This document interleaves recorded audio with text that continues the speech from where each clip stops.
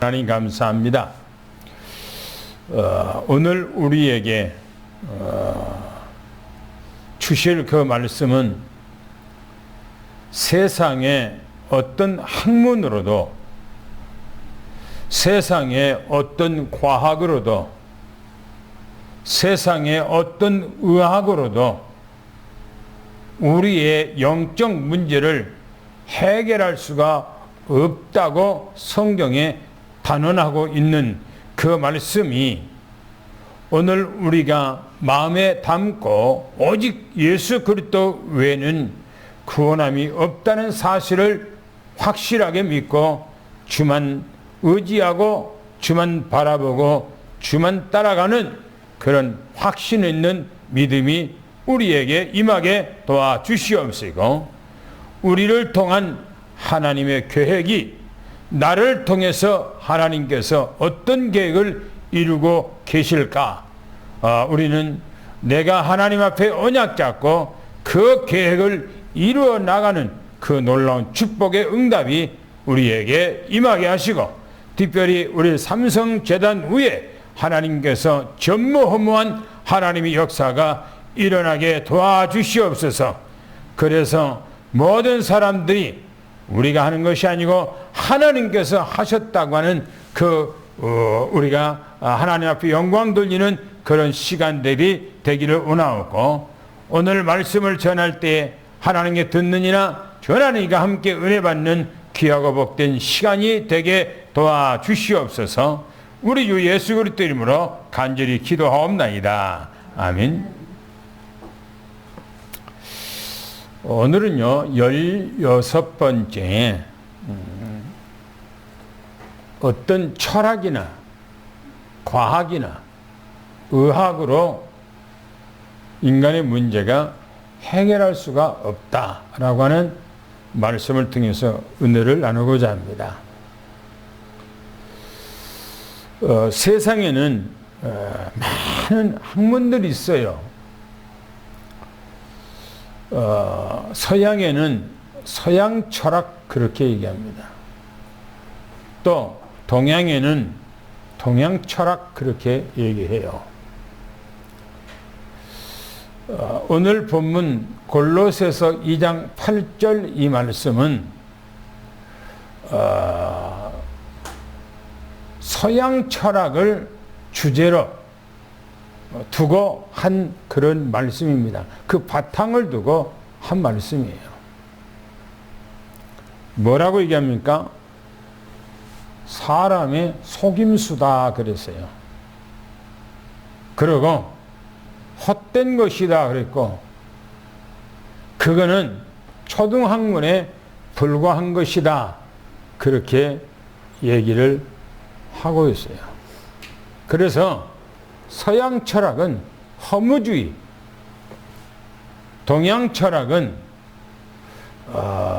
한학을 공부를 많이 하면은 나중에는 어디까지 하면은 주역으로 가요. 주역이라고 하는 것은 사주 관상 보고 또 자총용 500호 여러 가지 그런 것들을 보아서 우상을 섬기도록 만드는 것이 동양 철학이에요. 동양 철학. 이 부분들이 인간의 문제를 해결할 수가 있는가 하는 거예요. 인간은 근본적으로 가지고 있는 것이 영적 문제를 가지고 있어요. 그 영적 문제는 자기가 가지고 있는 영적 문제를 자기가 해결 안 돼요. 못해요. 그 영적 문제를 가지고 있기 때문에 우상숭배를 하는 거예요. 여러분들이 세상 보세요. 학문이 많으면 많을수록 우상숭배를 더해요. 더해. 사도 바울이 아덴이라고 하는 소크라테스가 태어났던 바로 아덴에 가서 복음을 전가하려고 가봤더만 그 동네에 거리에 길거리에 우상 숭배가 쫙 있던 거예요. 철학의 도시가. 그러면서 이름 짓다가 그 우상들의 이름을 짓다가 이름이 생각이 안 난 것은 이름을 모르는 그 신상 그렇게 만들어 놓기도 한 거예요. 철학의 도시예요. 아덴은. 그런데도 우상은 더 많이 섬겨요. 이게 인간의 바로 학문이라는 것은 헛된 거예요. 그러면 오늘날의 과학은 인간의 문제를 해결할 수가 있는가? 물론 오늘날의 과학은 인간의 삶을 조금 윤택하게는 할 수 있어요. 쉽게 말하면 우리가 걸어 다녀야 되는데 자전거를 탄다든지 안 그러면 차를 탄다든지 비행기를 탄다든지 이건 전부 다 과학이죠. 편리하게는 해줘요. 그러나 그 편리하게 해주는 그 과학이 인간의 문제를 해결할 수가 있는가 하는 거예요. 없어요. 그러면 사람의 문제가 심각한데 뭡니까? 어떤 의학으로 문제가 해결됩니까? 안 되는 거예요. 그래서 사람들이 우상숭배 하는 거예요. 아무런 생명이 없는 우상을 섬기는 거예요. 자기도 알아, 그게. 생명이 없다는 거. 쉽게 말하면, 아브라함이 자기 아버지가 우상을, 창고에다가, 저쪽 방에다가 우상 큰 것들을 목상과 석상들을 만들어 놨어. 아브라함 아버지 데라가. 아브라함이 아버지한테 가서 아버지를 창조하고 나를 창조하고 저 하늘과 별들을 창조한 그 신이 누굽니까? 라고 물어요. 그러니까 아버지 데라가 우리 집에 있는 거 그것이 바로 너도 만들고 나도 만들고 우주도 만들었다. 그런 거예요. 아브라함은 그것이 헛되다는 것을 알고 하나님 앞에 소원해요. 아버지가 섬기는 이 우상을 내가 3일 안에 부셔버리지 아니하면은 하나님께서 내게 벌 위에 벌을 내릴 것이라. 그리고 어머니한테 가서 아버지가 섬기고 아버지를 창조하고 우리를 창조했던 바로 그 신에게 제물을 드릴 테니 제물을 맛있게 해서 달라고 했을까? 어머니께서 양을 잡아서 요리를 해서 아들 아브라함한테 주는 거예요. 아버지 그 신한테 가지고 가서 그 제물을 드려요. 이거는 성경이 없는 얘기예요. 그런데 야살이라고 하는 책에 아브라함에서 적나라하게 나와요.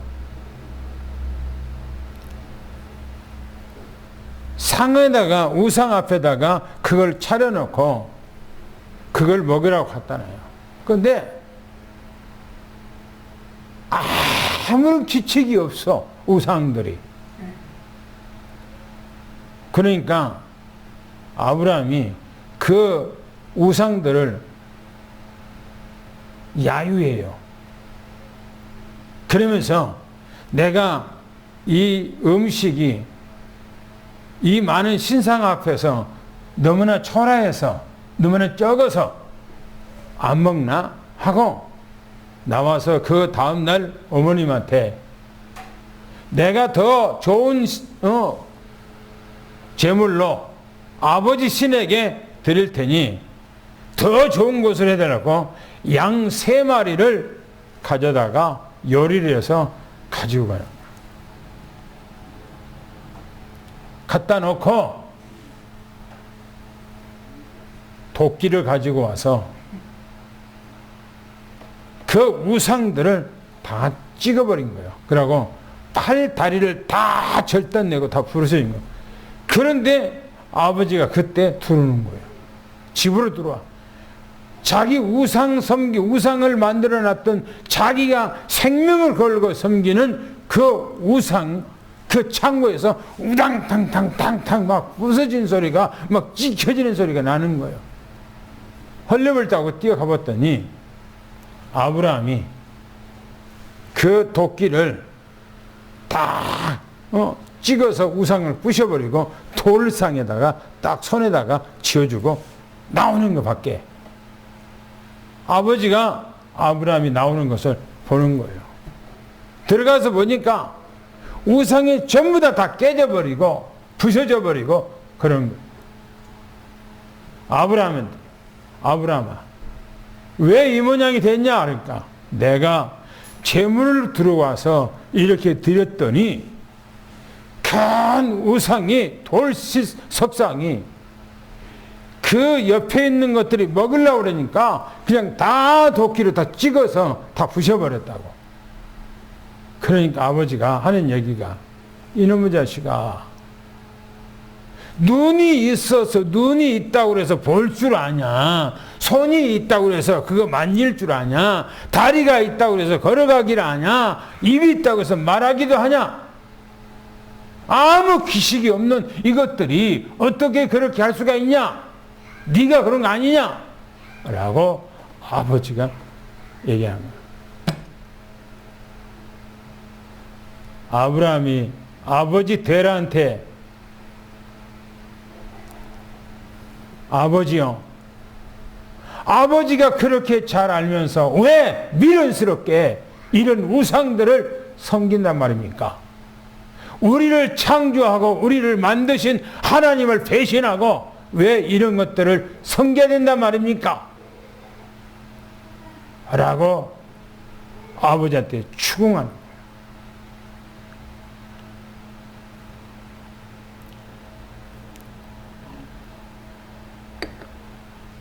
여호수아서 24장에는 여호수아가 자기 백성들을 데리고 가나안 땅에 들어가서 정복한 후에 한 얘기입니다.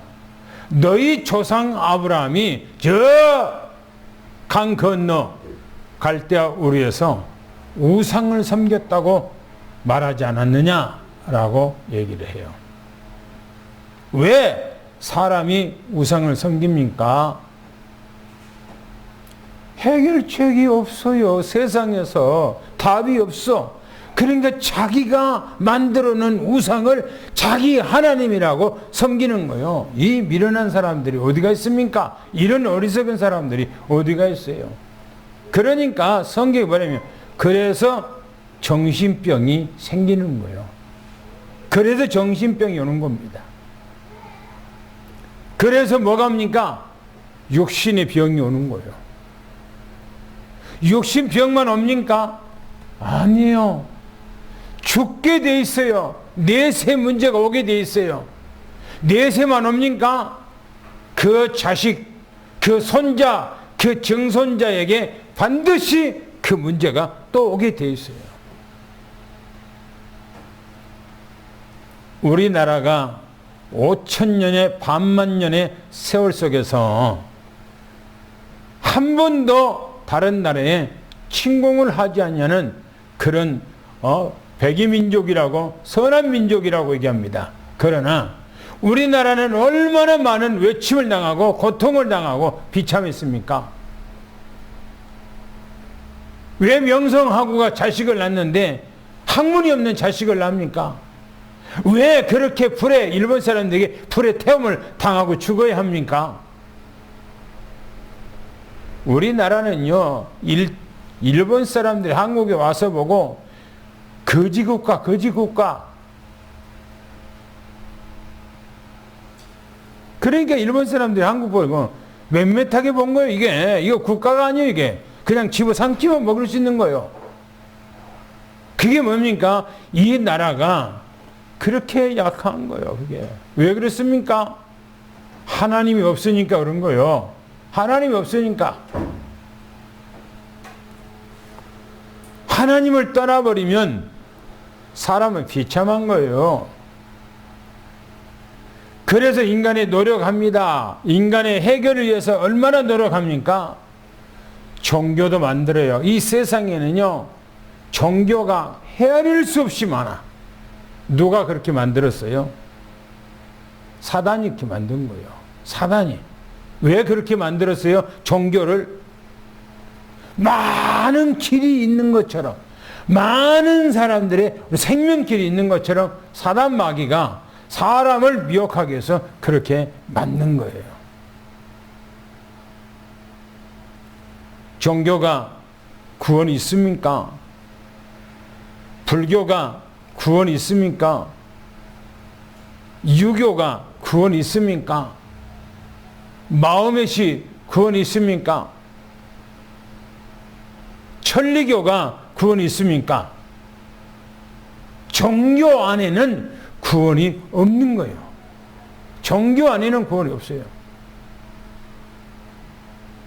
그래서 종교를 가지고 있는 사람들은 그걸 통해서 자기 문제가 해결될 거라고 생각하고 그렇게 열심히 섬기는 거예요.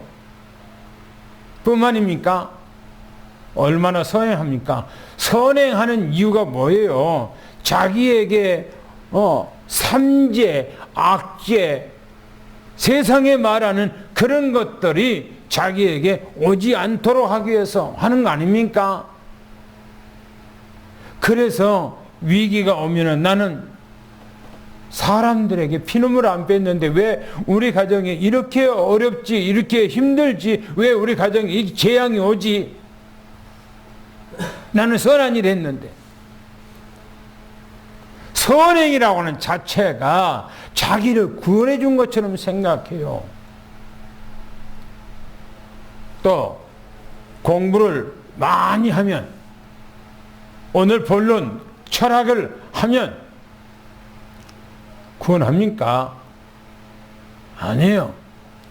그래서 본론에 가보면요, 첫 번째 뭐냐? 인간은 문제 해결을 위해서요, 철학, 과학, 의학 열심히 노력하지요.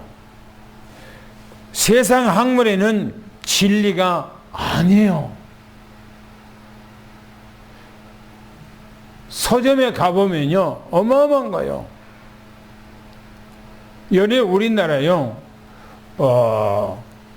우리나라 국립 도서관에 가면, 국립도서관에 가면은 모든 우리 한국 사람들이 책을 썼던 것을 거기다가 납본이라고 해서 보내요. 저도 책을 5권 했기 때문에 5권을 납본을 갖다 보내요. 보내게 돼 있어, 의무적으로. 우리나라의 모든 책을 썼던 것들이 전부 다 거기에 들어가요. 그러면 그 국립도서관에는 어마어마한 책들이 그 안에 있어요. 그 많은 책들이 인간의 문제를 해결해 준 겁니까? 아니에요. 아니에요. 뿐만 아니라 세상 학문은 창세기 3장 문제를 해결할 수가 없고, 오늘 본문 말씀에 초등학문이라 그랬어요. 초등학문이래, 초등학문. 뭐라 말합니까? 누가 철학과 헛된 수로 너희를 사로잡을까, 주님. 세상 초등학문으로 너를 사로잡고 너를 미혹하고 너를 꼬시고 해서 너를 바른 길로 가지 못하게 할까 조심하래요. 그러면서 이것은 사람의 전통과 세상의 초등학문을 따릅니다 라고 그렇게 정의를 했어요. 뿐만 아니라 의학, 과학, 이거는 한계가 있어요. 한계. 인간의 한계가 있어요. 성경에 보세요. 뭐냐면은 누가복음, 마가복음 5장 25절 26절 보니까 12해를 혈리증으로 앓았어요. 이건 말하면 여자가 지금 자궁암에 걸려서 12년 동안을 계속 피를 쏟고 생활하는 그 여자예요. 그런데 기구하게 12년 동안이나 안 죽고 생활한 거예요.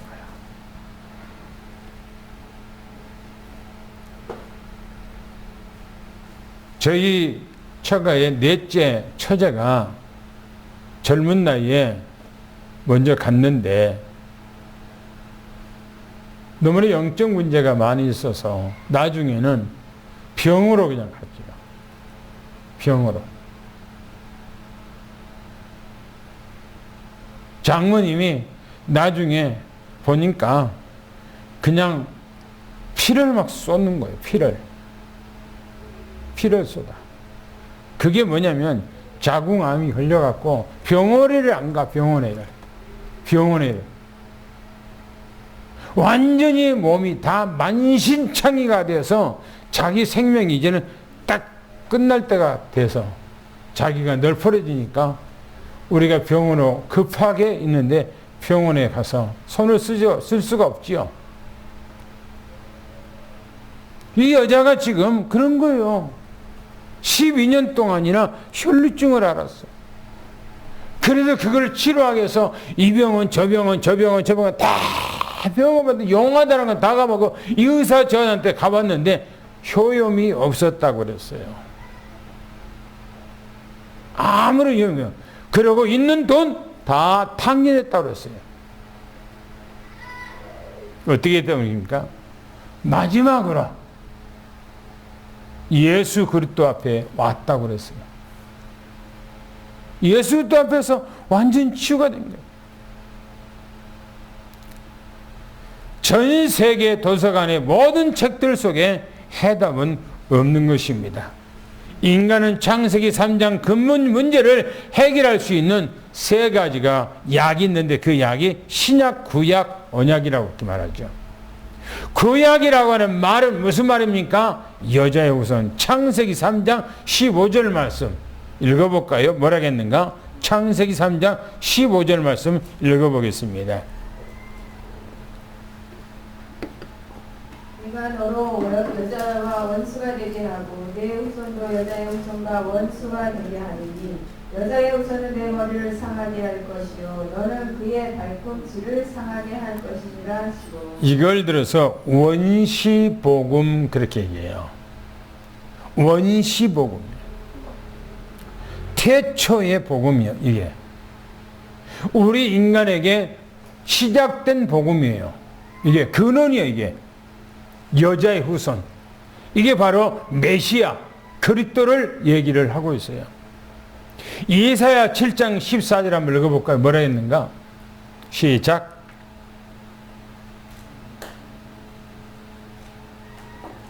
이사야 7장 14절.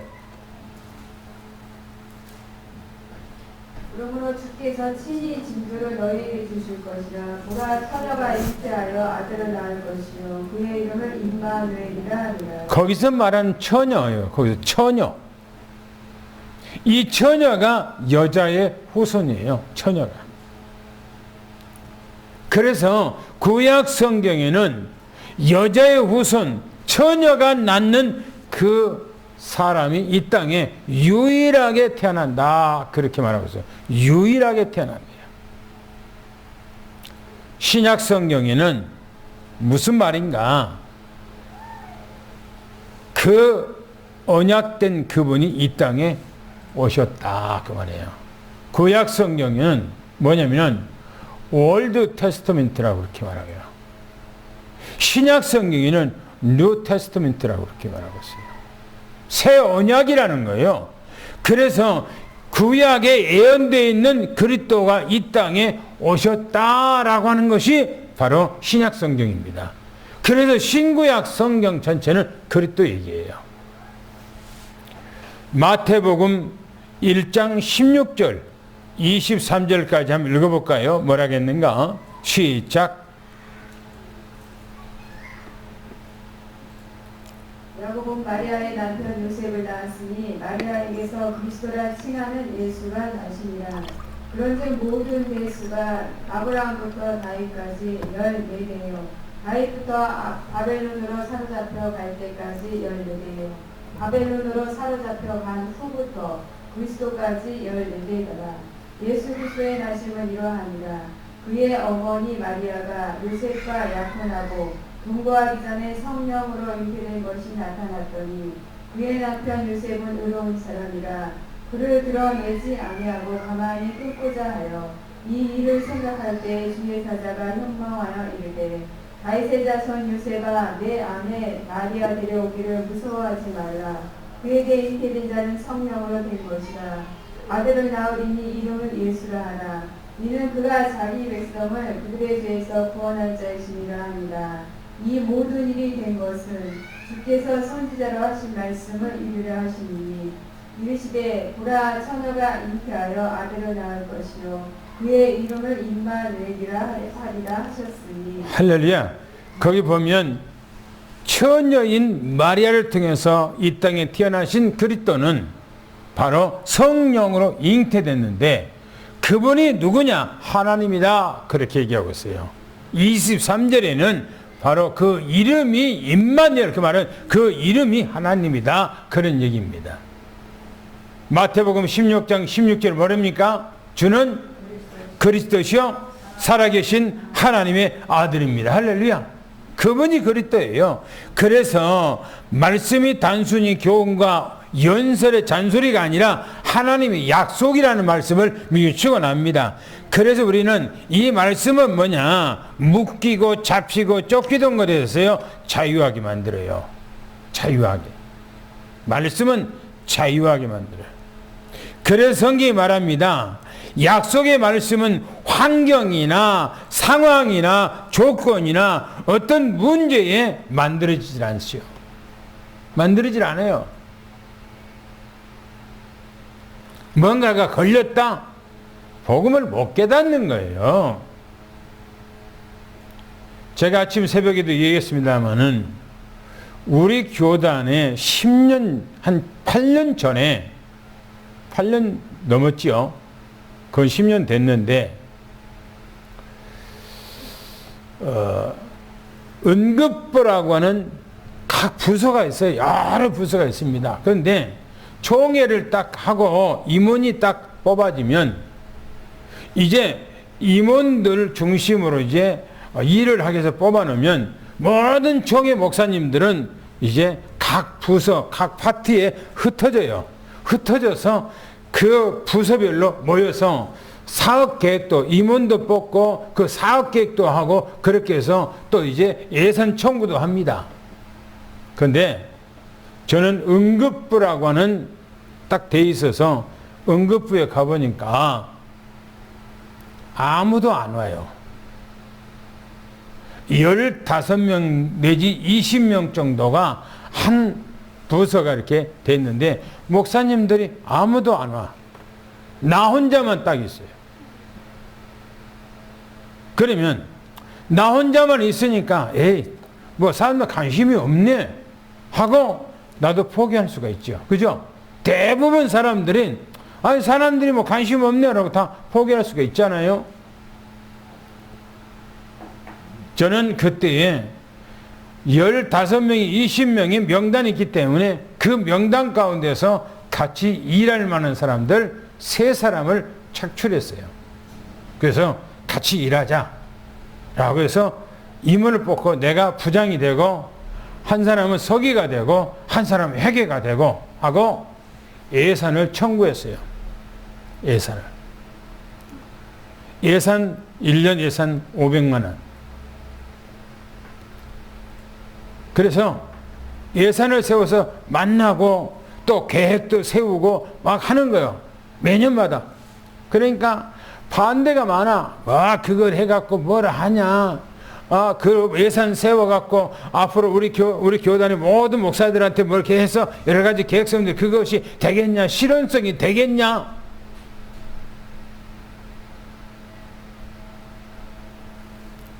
그런데 그 계획은 참 좋은데 그게 실효성이니까 안 되겠다라고 별 얘기를 다 해요. 총회 임원들 총회장부터 임원들도 부정적으로 얘기해.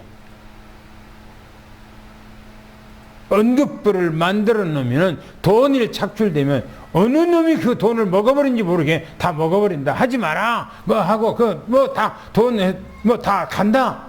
그런 얘기를 하는 거예요. 대전에 있는 어떤 목사님도 줄기차게 반대를 하면서 여러분들이 무슨 일 하다가 하려고 하는데 옆에서 하지 마라 뭐 해봐도 뭐 없다. 그래도 안 합니까? 안 해요. 교회 안에서 뭔 일하려고 하는데 사람들이 호응을 안 해줘. 안 합니까? 그거는 믿음이 없는 것이고 언약도 없는 거 아무것도 없는 거예요. 그거는 자기 주체성도 없고 주관성도 없고 믿음도 없고 아무것도 없는 거예요.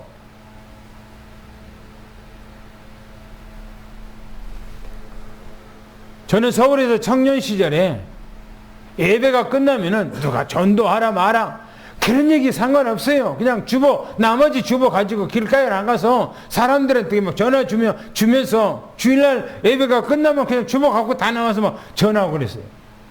누가 하라 말아야 돼. 한 사람이 어떤 생각을 가지고 있느냐 중요하잖아요.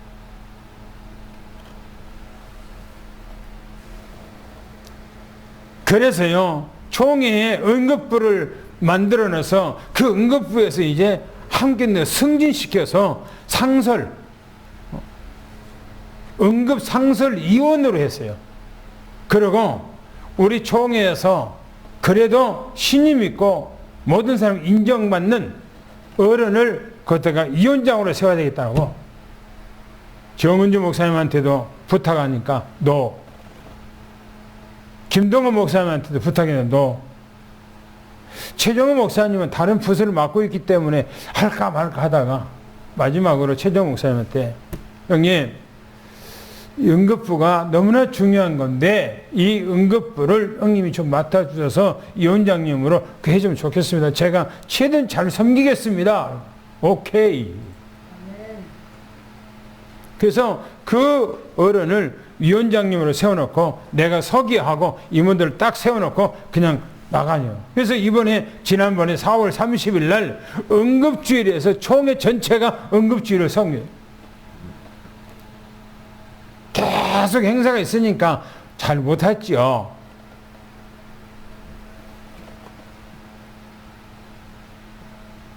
최정 목사님이 나한테 지난번에 모여서 얘기를 하는데 총회 온 모든 목사님들에게 전화를 걸어서 참여하도록 해라 하고 내게 특명을 했어요. 내가 지금 목사님들한테 다 전화를 하는 거예요. 우리 총회 목사님들한테 교단 전체 너무나 호응이 좋은 거예요. 하나같이 목사님들이 얘기를 하면은 큰 교회 목사님들이 참여해야 된다. 부산 임마누엘 교회, 서울 임마누엘 교회, 애원교회, 동북교회, 큰 교회들이 해야 된다. 그 교회들이 전부 다 무슨 빨대처럼 빨아먹는 것처럼 모든 약한 교회들, 성도들을 쫙쫙 빨아먹었는데 그 사람들이 해야 된다. 맞는 얘기예요. 맞는 얘기예요. 우리가 하나님의 일한다고 해서 일하는데 누가 호응을 해주니까 하고 누가 호응을 안 하니까 안 하고 그럽니까? 그러면 하나님의 일을 못해요. 한 사람이 중요한 거예요. 이 목사님 그러잖아요. 한 사람을 통해서 변화시킨 거예요. 총회도 한 사람을 통해 변화시킨 거예요. 우리 교회도 한 사람만 딱 쓰면은 교회가 서게 돼 있어요. 할렐루야. 할렐루야. 여러분 되기를 축원합니다. 그래서 보세요.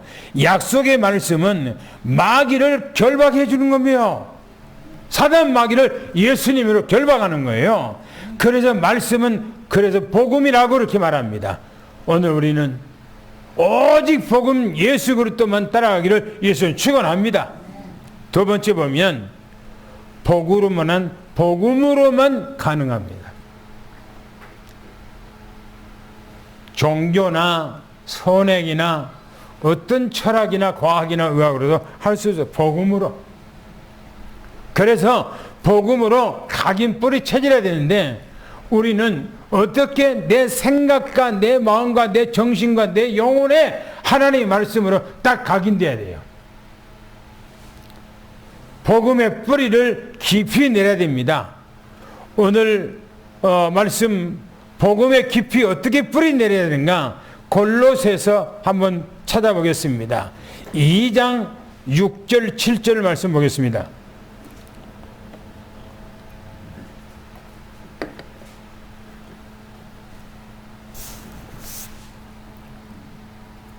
그러므로 너희가 그리스도 예수를 주로 받았으니 그 안에서 행하되 그 안에 뿌리를 박으며 세움을 받아 교훈을 받은 대로 믿음에 굳게 서서 감사함을 넘치게 하라. 그렇죠. 믿음에 굳게 서는 거예요.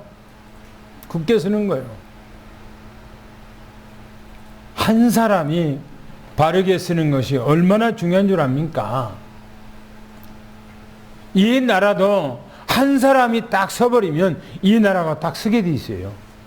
교회도 마찬가지고 총회도 한 사람이 딱 세울 수 있으면 총회가 변화되는 거예요. 복음에 완전히 체질이 되는데 완전히 복음으로 체질 개선. 그래서 눈만 뜨면 복음의 정도가 되어야 됩니다. 할렐루야. 복음으로. 시편 한번 읽어볼까요? 시편 119편 147절 148절 두 절을 한번 읽어보겠습니다. 뭐라겠는가요? 시작.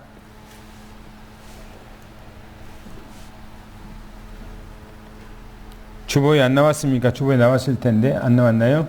내가 날이 밝기 전에 부르짖으며 주의 말씀을 바라싸우며 주의 말씀을 조용히 읊조리려고 내가 새벽녘에 눈을 떴나이다. 보세요. 날이 밝기 전에 일어났어요. 다시 말하면 새벽에 일어났다는 거예요. 새벽에. 그러면서 부르짖어 말씀을 바랬다는 거예요. 대단하잖아요. 다윗은 지금 왕이요, 왕. 왕이 지금 새벽에 일어났다는 거예요. 말씀 때문에. 그러고 보세요. 주의 말씀을 조용히 읊조리려고. 그래서 이 읊조리라는 것은 되뇌기고 계속 얘기한다는 거예요. 하나님의 말씀으로 자꾸 고백한다는 거예요. 그래서 새벽에 눈을 떴대요. 새벽에. 여러분들이 새벽이 중요합니다. 하나님의 말씀을 받는 시간이고 하나님의 은혜를 받는 시간이고 하나님의 축복을 받는 시간이에요. 빌립보서 2장 11절을 말했습니까? 읽어보겠습니다. 시작. 모든 입으로 예수 그리스도를 주라 시인하여 하나님 아버지께 영광을 돌리게 하셨느니라. 그렇죠. 여러분 매일 저는 주는 그리스도시요 살아계신 하나님의 아들입니다. 주는 그리스도시요 살아계신 하나님의 아들입니다. 라고 여러분들 고백하기를 예수는 축원합니다. 그게 중요해요. 또한 복음에 완전히 확립이 돼야 되는데 어떻게 확립이 되는가? 누가 도와주지 않아도 내가 복음으로 승리해야 돼요. 누가 나를 안 세워줘도 내가 혼자 스스로 승리해야 돼요. 골로새서 1장 29절을 한번 보겠습니다. 시작. 이를 위하여 나도 내 속에서 능력으로 역사하시는 이의 역사를 따라 힘을 다하여 수고하노라. 보세요. 내 속에 누가요? 능력으로 역사. 누가 역사합니까? 성령께서. 그렇죠? 그 역사를 따라 힘을 다했다는 거. 내가 하나님의 말씀 안에서 내가 바르게 설교해. 날마다 내가 하나님 말씀 보고 내 마음속에 있는 주님 앞에 의지하고 늘 바르게 설 수 있도록 그렇게 힘쓰고 있었다. 그렇게 말하고 있어요. 또 보겠습니다. 디모데후서 2장 1절 뭐라고 했습니까? 시작. 내 아들아 그러므로 너는 그리스도 예수 안에 있는 은혜 가운데서 강하고. 그렇죠. 보세요. 그리스도 예수 안에 있는 뭐 가운데서? 은혜 가운데서 강하고 그랬어요. 그래서 나 혼자 있어도요 강해야 돼요.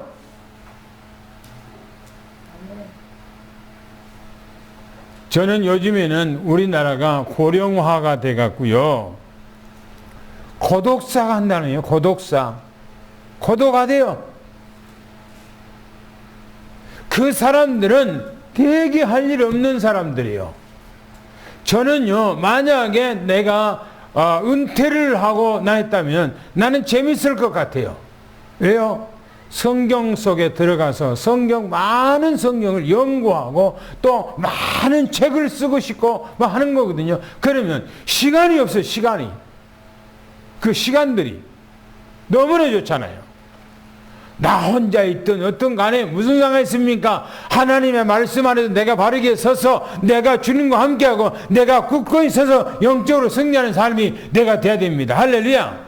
복음만이 나를 세워주는 거예요. 마지막 세 번째 보니까 무엇이 복음입니까? 그랬어요. 무엇이? 복음이라고 하는 말은요, 기쁜 소식입니다. 기쁜 소식. 그러면 나에게 가장 기쁜 소식이 뭡니까? 인간에게 이 땅에서 가장 기쁜 소식이 뭡니까? 나에게 가장 기쁜 소식이 뭐예요? 성경 창세기 3장 15절 말씀, 여자의 후손. 하나님께서 우리에게 최초 언약이라고 주었던 바로 원시복음, 여자의 후손을 우리에게 보내주시겠다라고 하는 이 말씀이 우리에게는 어마어마한 축복이에요. 할렐루야. 한번 생각해 보세요. 노아 시대 때에 노아를 중심해서 8 사람들만 남겨놓고 세상을 다 멸망시켰잖아요. 노아는 그 8 식구는 한번 생각해 보세요. 얼마나 복입니다. 저는 이걸 보면서 정말 우리는 바르게 생활하지 않으면 안 돼요. 연히 주님 이 환난 가운데, 세상의 환난 가운데 들어가 버리면 믿음을 온전히 지킬 수 있는 사람 아무도 없어요. 성경 마태복음 25장에 말하기를 다 졸고 자더라고 그랬어요. 아예 세상 사람도 졸고 자고 믿는 사람까지도 다 졸고 자더라고 그렇게 말하고 있어요. 그런데 휴거 될 사람이 몇 사람이 될 것 같습니까? 주님 오실 때. 노아 시대 때에 몇 사람이나 구원받았습니까? 우리는요, 정신 바짝 차려야 돼요. 말씀으로 날마다 나가 각인 뿌리 체질화 되도록 날마다 애쓰고 노력하고 해야 됩니다. 생각해 보세요. 성경 창세기 45장 25절 28절에 보니까 야곱에 대해서 나온 얘기예요. 야곱은 자기 아들 11명이가 베냐민은 빼놓고 10명이가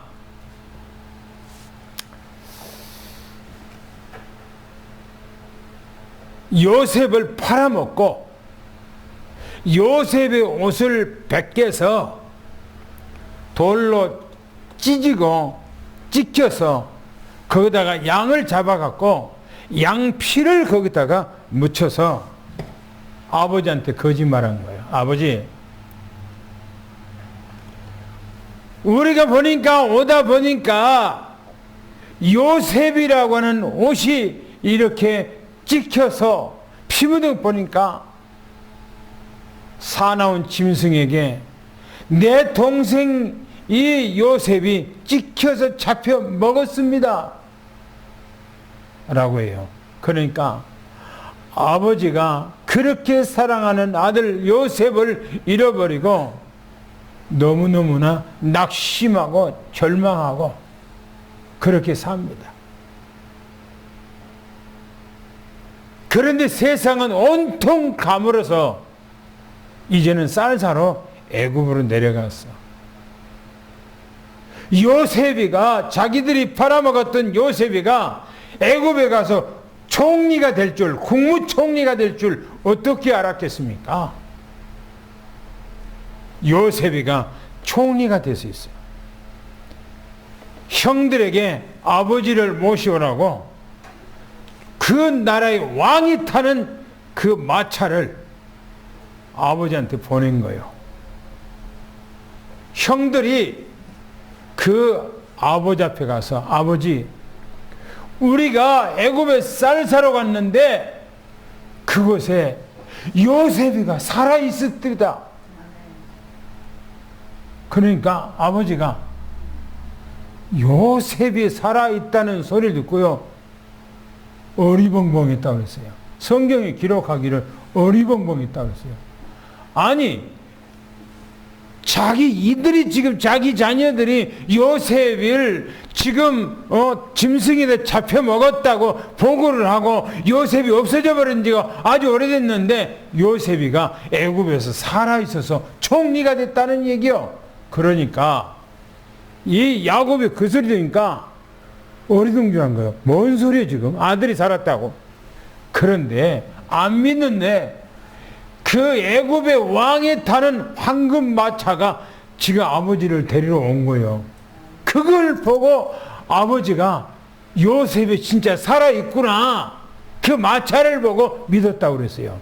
그러고 성경이 말하기를 기운이 회생됐다고 그랬어요. 아들이 살아있다고 그러니까. 이게 보다 기쁜 소식이 어디가 있습니까? 그잖아요. 성경의 출애굽기서 3장 18절에 애굽의 이스라엘 백성들 다 노예가 됐어요.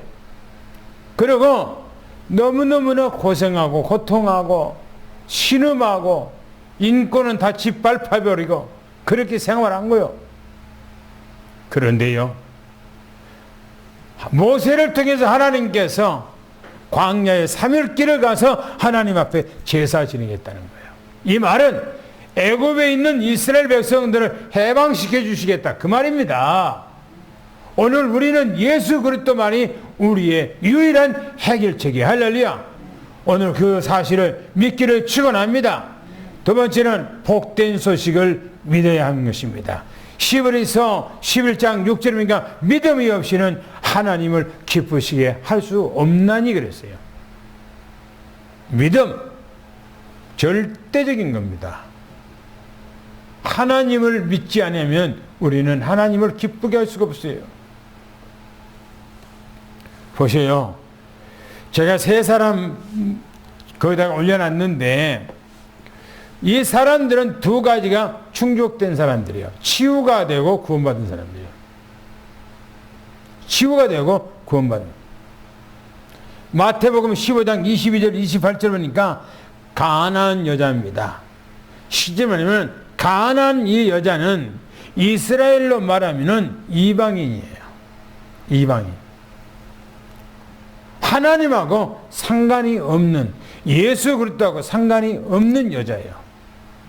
그런데 이 여자가 예수님 앞에 오기만 하면은 무슨 문제든지 해결된다고 하는 그 소식을 듣고 자기 딸이 귀신 들렸어.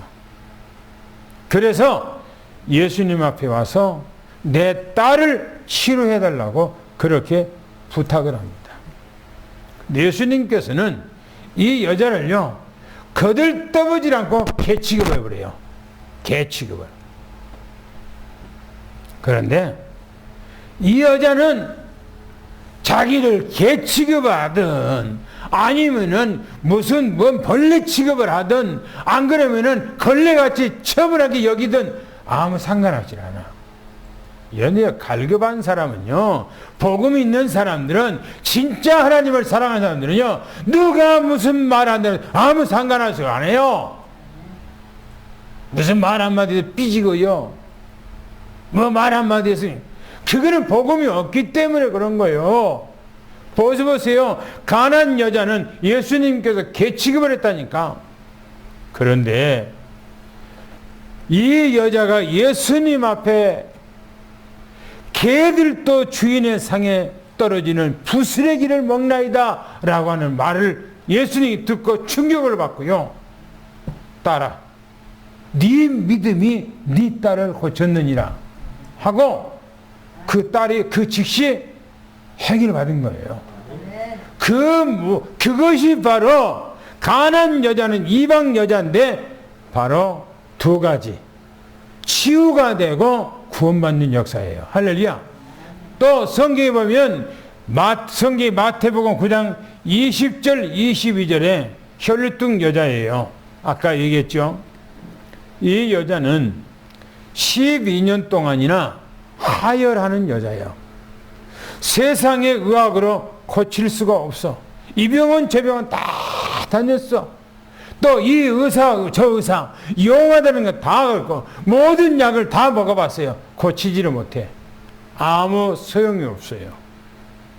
이 여자가 마지막에 이제는 돈도 다 잃어버리고 소망도 없는데 마지막으로 나사렛 예수 앞에 가서 내 질병을 치유받아야겠다 하고 예수님 앞에 가는 거예요. 예수님 앞에 가는데 이 여자는요 12년 동안이나 혈루증을 났기 때문에 머리가 거칠하고요 온몸이 깜짝 바짝 말라갔고요 이 여자가 흉물스러운 거예요. 그런데 자기 병을 치료하고자 예수님 오니까 예수님 앞에 오니까 수많은 사람들이 예수님을 에워싸고 있는 거예요. 감히 예수 앞에 가지 못하고 예수님의 뒤쪽으로 가서 그 사람들이 있는데 헤어지고 들어가는 거예요. 그 안에 들어가서 예수님의 뒤쪽에 손을 쭉 내밀어서 예수님의 옷자락을 만지는 거예요. 만지는 그 순간에 자기 온몸 머리부터 발끝까지 전율이 쫙 오는 거예요. 그 순간에 이 여자 병은 깨끗하게 치유받아 버린 거예요. 이 여자는 치유받는 것이 아니라 완전히 구원까지 받아버린 거예요. 성경의 마태복음 8장 5절 13절에 백부장이 나옵니다. 이 백부장은 로마인이에요. 이방인이요. 자기 하인이 집에서 병들어서 죽어가고 있어요.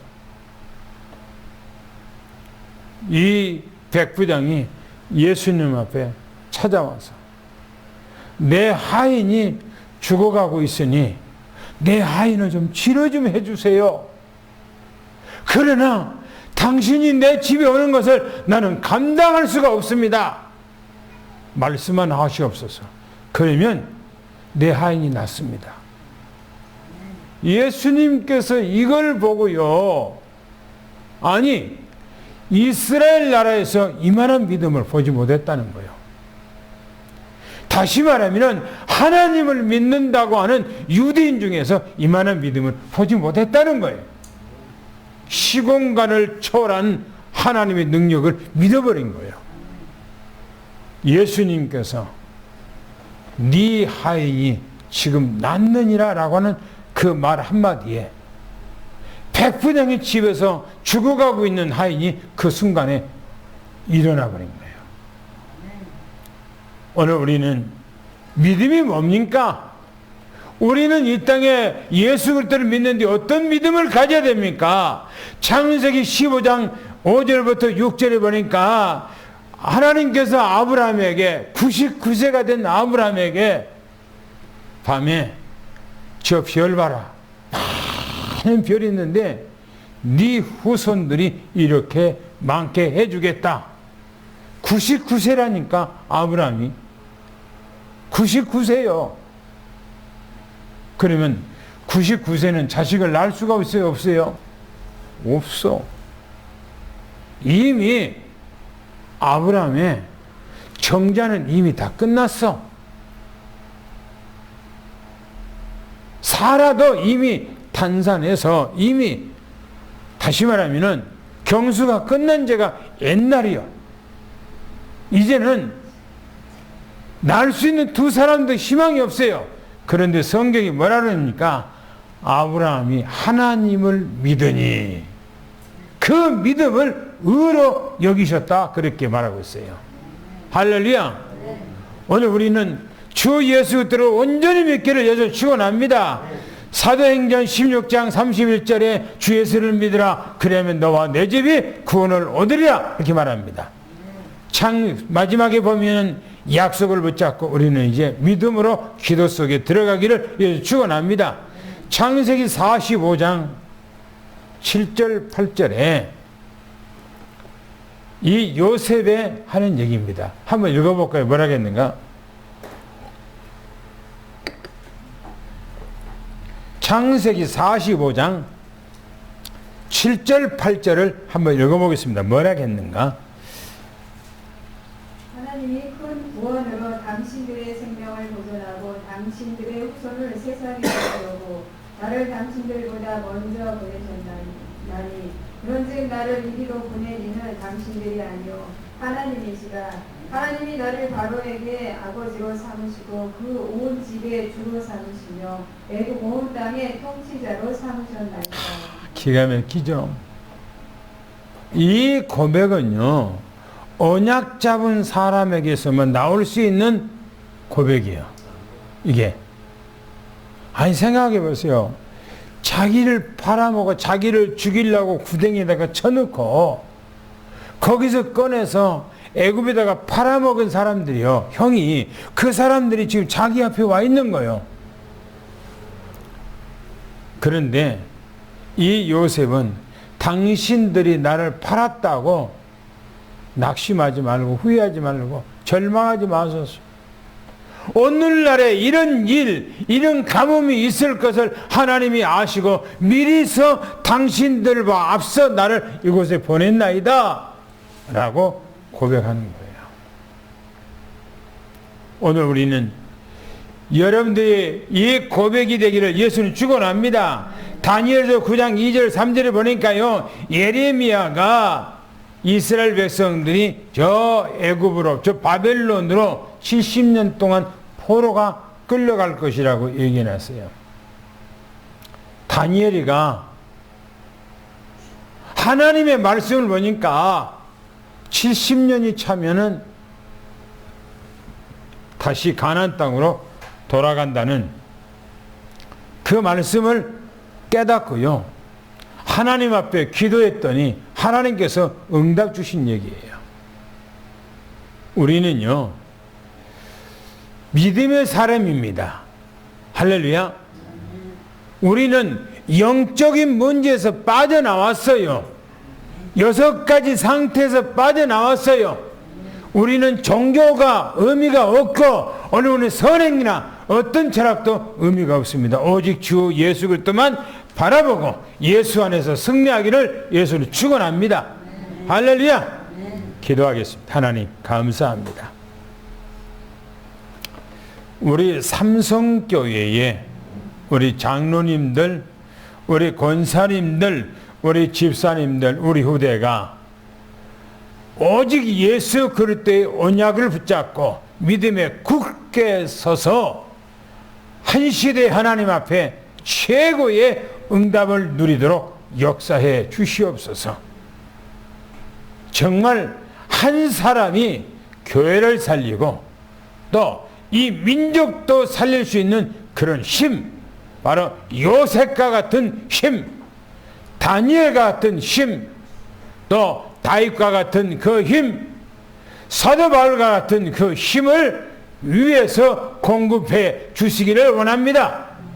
그래서 위에서 내리시는 그 힘을 받고 보좌의 배경 속에서 어디를 가든지 무엇을 하든지 시공간을 초월하는 하나님의 은혜가 오늘 우리 모든 식구들 위에 삶 속에서 넘쳐나도록 역사해 주시옵소서. 우리 주 예수 이름으로 간절히 기도하며 축복하옵나이다. 아멘.